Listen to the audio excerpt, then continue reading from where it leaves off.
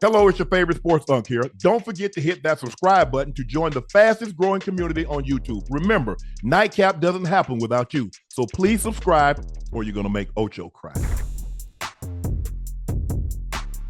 Guys, if you watch First Take this morning, you saw me issue a statement to Herbie and Kirk Herbstreit and Chris Fowler. And I just want to clear there. I want to set the record straight because what happened was, and to my estimation, the game, Ohio State and Michigan. And Michigan was, Ohio State was 19-point favorite. This was their opportunity to get their get back. They haven't been in the Big Ten championship game in quite some time. They hadn't beat Michigan in quite some time. So this was their opportunity. Harbaugh's gone, and he took a lot of players with him to the NFL. And so a 19-point favorite, a home favorite, and this was your opportunity to get your get back, to get your lick back, and get into the Big Ten championship game. And that didn't happen.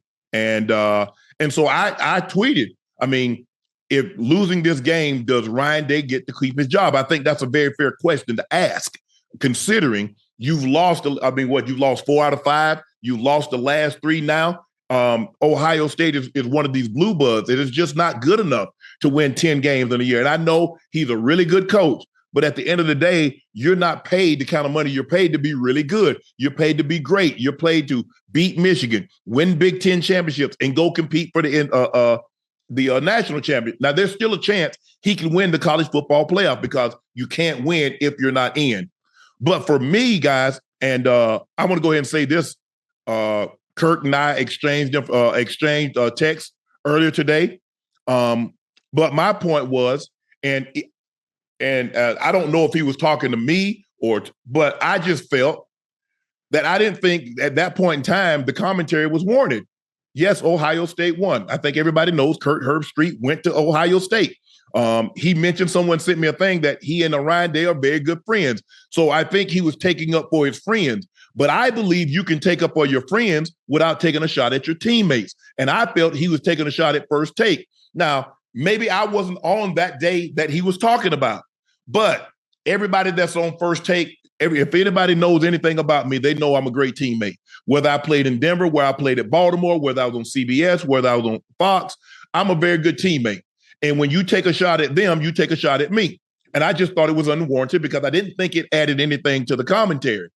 It was totally, for me, I thought it was totally unnecessary. So we had a conversation today. We cleared the air. He told me what he was thinking. He apologized. I let him know what I was thinking.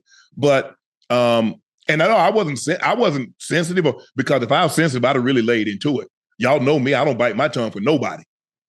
There are certain times that I felt that that you should stand down in the situation before you say something that you will regret at a later date in time.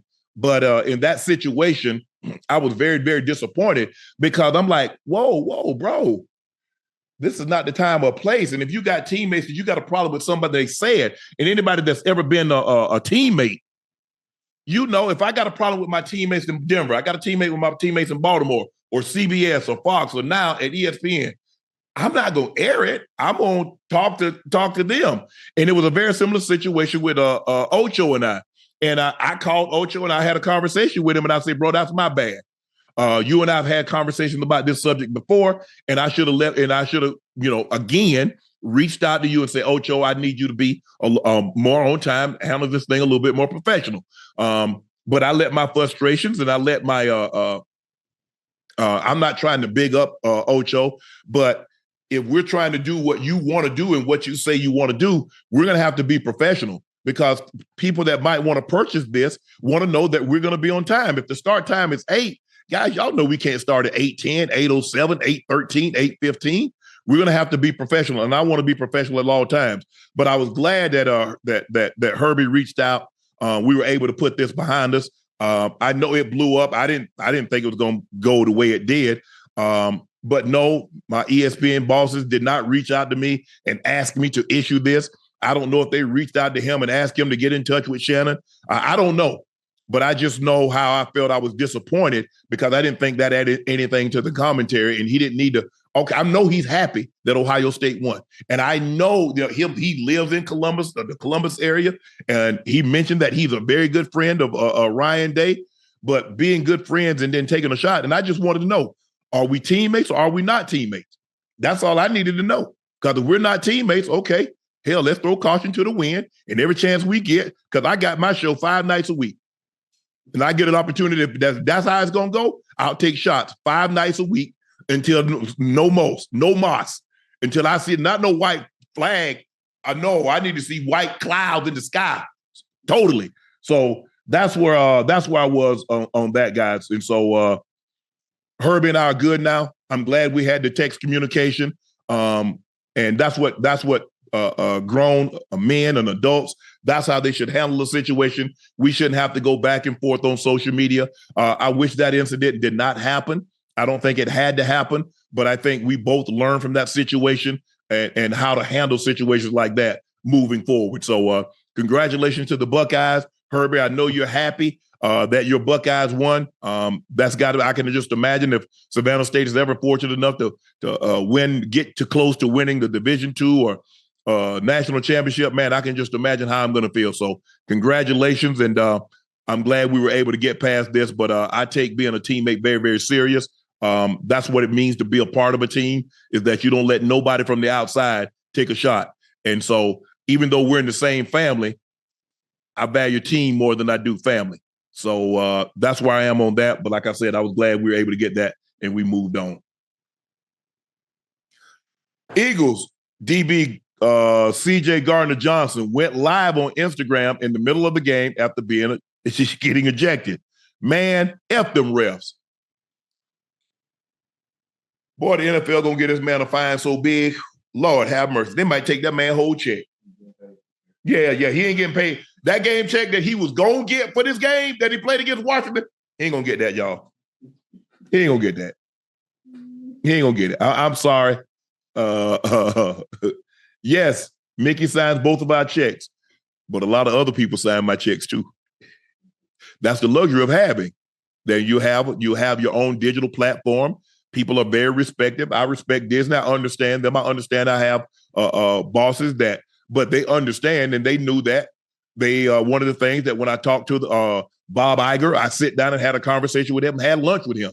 When I sit down and talked to Jimmy Pitaro, I talked to Burke Magnus, I talked to Dave Roberts extensively.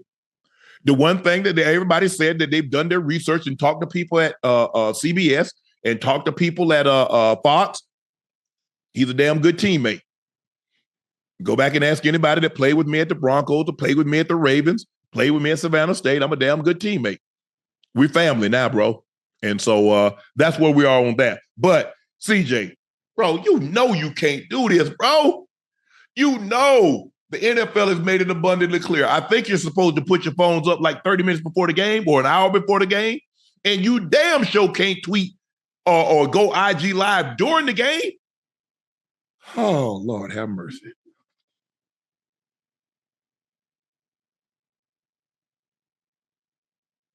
Oh, man, I just don't know. I just don't know what he got. And I don't know what he hoped to accomplish.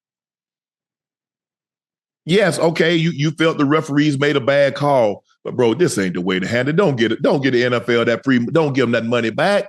They're gonna be, just think about what you could have done with your game check. They might not take the whole check, but they're gonna take a big chunk of it. Think about what you could have done. You could have your mom, your dad, your wife. I don't know if you're married, bro. I'm just speaking, but I'm saying, come on, man, don't give them no money back. NFL get enough. They got enough money. They don't need to get none of yours back. But I know sometimes when emotions are high, logic is low. But you know, this is an absolute no-no. Not during the game, not IG live, not tweeting, not anything. Guys, we just need to be smarter. Let's hold on to our money. I'm not your dad, but I'm just trying to help you keep some of your money. And you know, having played the game, one of the OGs of the game, man, just be smart. Love the way you play. I love the physicality in which you play with. You're one of the leaders of that defense, and I love the way you play. I love the passion in which you play with. I can tell the game of football is serious to you, and I love that about you. But we got to be smart. Let's be smart with this, bro.